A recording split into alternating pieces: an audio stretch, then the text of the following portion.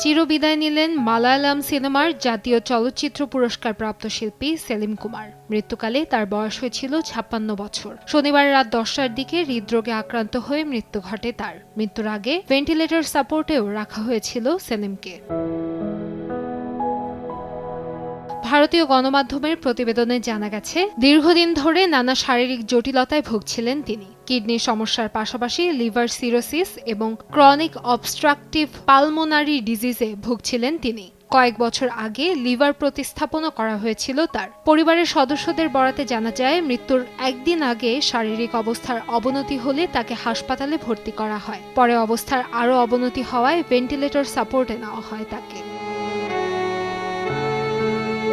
হাসপাতাল কর্তৃপক্ষ জানিয়েছে, তাকে সুস্থ করে তুলতে সর্বোচ্চ চেষ্টা করেছিলেন চিকিৎসকরা। ভেন্টিলেটর সাপোর্ট, শক্তিশালী অ্যান্টিবায়োটিক, ডায়ালাইসিস সহ প্রয়োজনীয় সব ধরনের চিকিৎসা দেওয়া হয়। কিন্তু চিকিৎসাধীন অবস্থায় হৃদরোগে আক্রান্ত হন তিনি। চিকিৎসকদের সব চেষ্টা ব্যর্থ করে শেষ পর্যন্ত না ফেরার দেশে পাড়ি জমান সেলিম।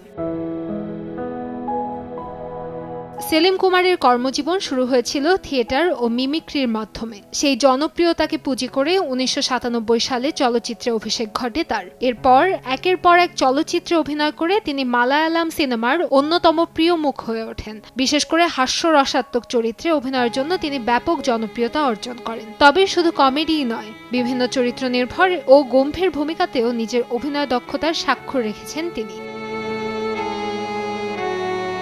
কর্মজীবনে তিনি জাতীয় চলচ্চিত্র পুরস্কার সহ একাধিক মর্যাদাপূর্ণ সম্মাননা অর্জন করেন, যার মধ্যে রয়েছে জাতীয় চলচ্চিত্র পুরস্কার এবং কেরালা রাজ্য চলচ্চিত্র পুরস্কার। তার মৃত্যুতে মালায়ালাম চলচ্চিত্র অঙ্গনে নেমে এসেছে শোকের ছায়া। সহকর্মী, ভক্ত এবং শুভাকাঙ্ক্ষীরা সামাজিক যোগাযোগ মাধ্যমে গভীর শোক প্রকাশ করেছেন।